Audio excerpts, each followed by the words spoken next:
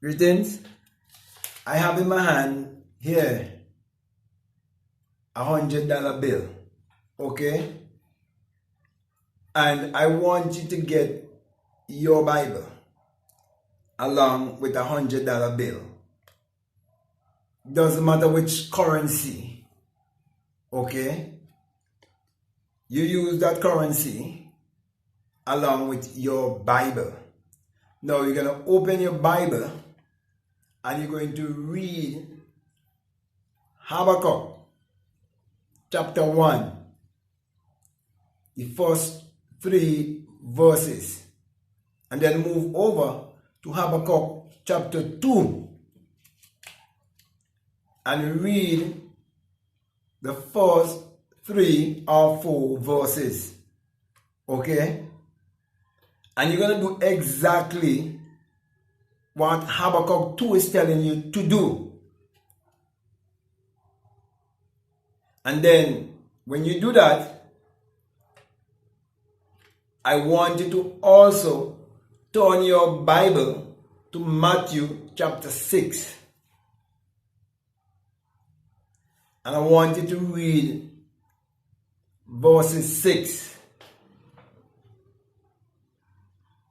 And I want you to read verses 5 also. I should have said 5 before.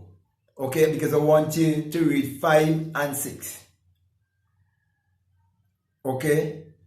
Now, when you do exactly what Habakkuk 2 tells you to do, and you write it down, which is your desire. And let's say your desire is 10 of these, $1,000, $1,000, or 5 of these, say $500. That's your desire. And you do as Habakkuk 2 tells you to do, you write it down. And Habakkuk 2 say, don't the vision tarry, though you can take a time, you must just wait for it. Habakkuk 2 tells you also that it is sure.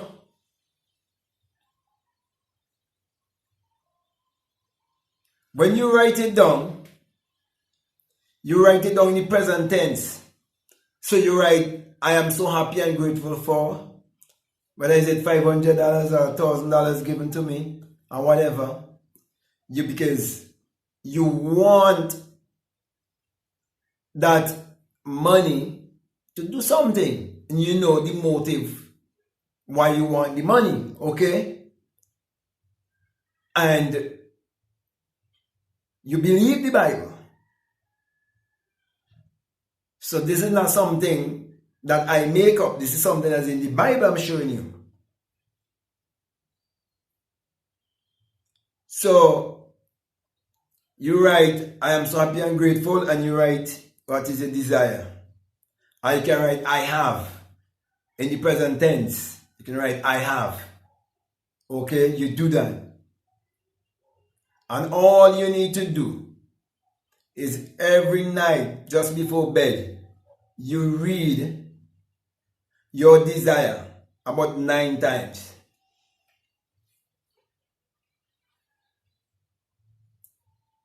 So you're just going to script on a piece of paper what is your desire. You're going to get the scriptures that I mentioned for you to read, and you're going to do exactly what they say to do. So one of them said to write it down, so I'm telling you to write it down. Write down your desire and how much you desire. Okay? And the next scripture tells you what to do. Matthew chapter 6 and verse 6 say that you must go into the secret place. But before he said that, in verses 5, he said you mustn't be like the hypocrites who like to be seen and heard. So, if he said they like to be seen and heard, it means if you're not speaking, you're in silence. So I'm showing you now how to go into the silence. So you go into the silence through meditation in the form of visualization. And you're going to visualize. So, this have a certain vision. You can look at this, and you can close your eye and you could see it in your imagination. You could look at your hand and you know how your hand look. And see your hand in imagination. But you don't see your face. So you don't need to see your face. Except if you're looking in a mirror. And you're going to take your imaginary hand and you're going to count the amount that you desire and feel yourself with your imaginary hand holding this imaginary money and counting it. The $1,000 or the $500.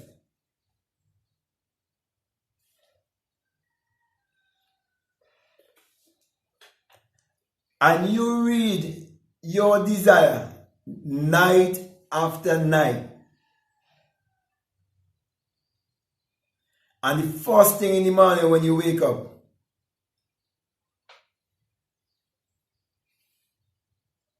do it for 30 days.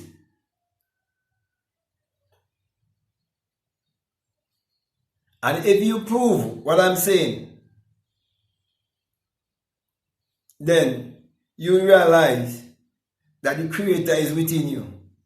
Because you know how to create consciously. But the thing is, everybody does create. It's just that some people have been creating unconsciously. While there are those who can create consciously. And that is when you will understand who is God in man. And then you'd understand true oneness, true marriage, true union.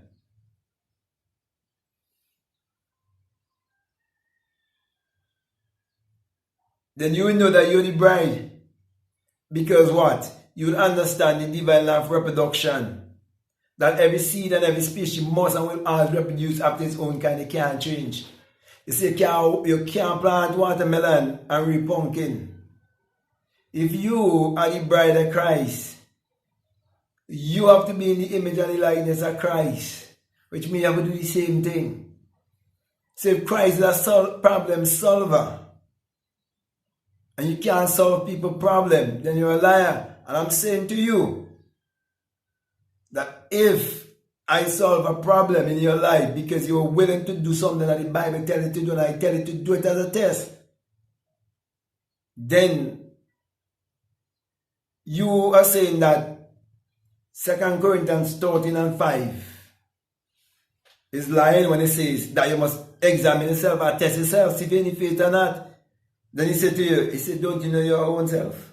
You know your own self? That Jesus Christ is in you? Make sure you know how to test to know that when he said that he is in you, is the creative power he's talking about. The creative power to achieve every desire. And that's why in St. John 1:3, it says that all things were made by him, and without him was not anything made that was made. Everything in this world was for us imagined. It was for us a thought, it was for us an idea, it was for us imagined. And the reason for that is that because the essential character of the Bible is man's imagination. It's not a man that lives in the sky. It's a man that lives within you. So, I don't want to go on and on with this, but I want to say to you, this is something another person can do also. A person who believes in a man 2,000 years ago and believe in Jesus, he and somebody could come together and do this challenge. They go decide to just call and name of Jesus. They ain't going to write down nothing. They ain't going to do none of those things. Just go on the knee and call in the name of Jesus with the desire. And the next person going to do what he said to do. And you see the results. And doesn't matter which way it go, I could explain and break down the science to you. And show you it's a science. So the man who call on Jesus could call on Jesus and still get results. But do not understand the science. So that's why you go say it's Jesus. But the man who understands the science and could explain and break down in the science is the man who know. But how you going to prove, you know? Not by words. Not by action. That's what I'm trying to tell people. I don't depend on belief thing. If you don't experience, then don't talk. I speak from experience. And here's something. If 1,000 people, or 100 people, or 10 people, or 15 people, or 5 people, or 3 people take up this challenge, and just one person prove me say, then me prove right. Then you have to admit it's your unbelief. So, this is just a part of a series of messages I'll be bringing to help the real bride. Because the real bride will wake up to the truth that God and man are one, and that God and man is man's imagination. And he will understand how he could actually create anything you want in this world, including money. But I use money because of what happened recently with people who are calling themselves the bride of Christ. Whenever you don't do these truths, $28 million doesn't mean much. Because why? You're more than money. You're the creator of money, as a matter of fact. Don't you know money was first a thought, it was first an idea, it was first imagined? I could go on and on and on. But I come to a close here. The thing is, put it to the test. Because there's a difference between a hearer and a doer. You be a doer and get your own experience. And only speak from your experience only. And the experience will show. Now you speak, results don't tell lie. Your results always speak. So, with that being said, my brothers and my sisters, peace. I'm out.